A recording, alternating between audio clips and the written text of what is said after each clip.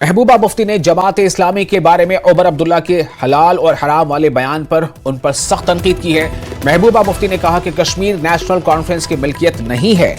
महबूबा मुफ्ती ने कहा कि सितम ज़रीफी ये है कि ये नेशनल कॉन्फ्रेंस ही थी जिसने 1987 में अलहदगी पसंदों को जमहूरी अमल से दूर रखा।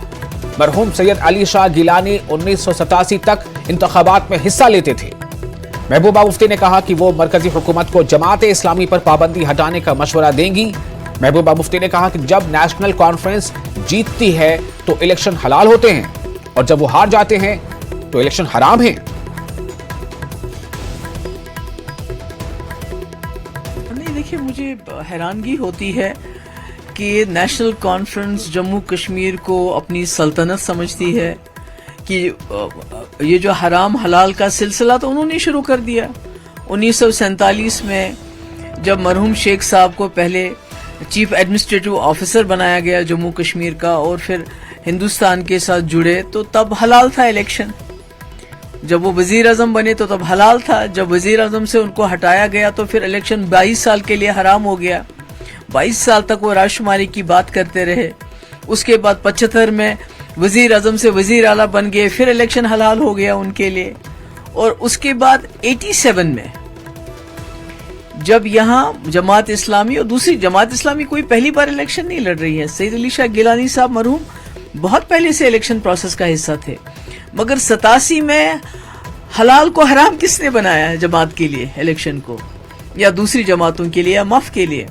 तो जब 87 में नेशनल कॉन्फ्रेंस ने दांधलियां की इलेक्शन में, क्योंकि वो नहीं चाहते थे कोई तीसरा फोर्स सामने आ जाए, क्योंकि कांग्रेस को उन्होंने अपने साथ मिलाया।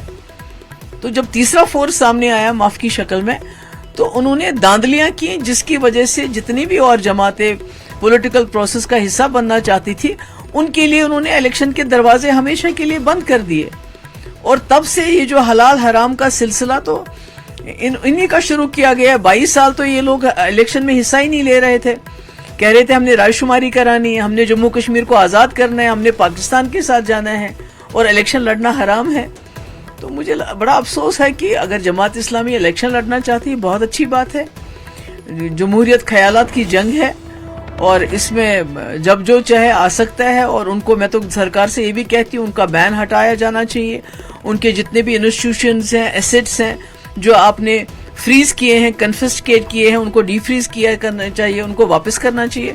तो ये बड़ा अफसोस वाला बयान है ये हलाल हराम इलेक्शन को के बारे में कहना। तो मुझे लगता है ये नेशनल कॉन्फ्रेंस का ही है, उन्हीं का है ये कॉल रहा है कि जब उनको कुर्सी मिलती है तो इलेक्शन हलाल हो जाते हैं, जब कुर्सी छूट जाती है तो इलेक्शन हराम हो जाते हैं। और मरकजी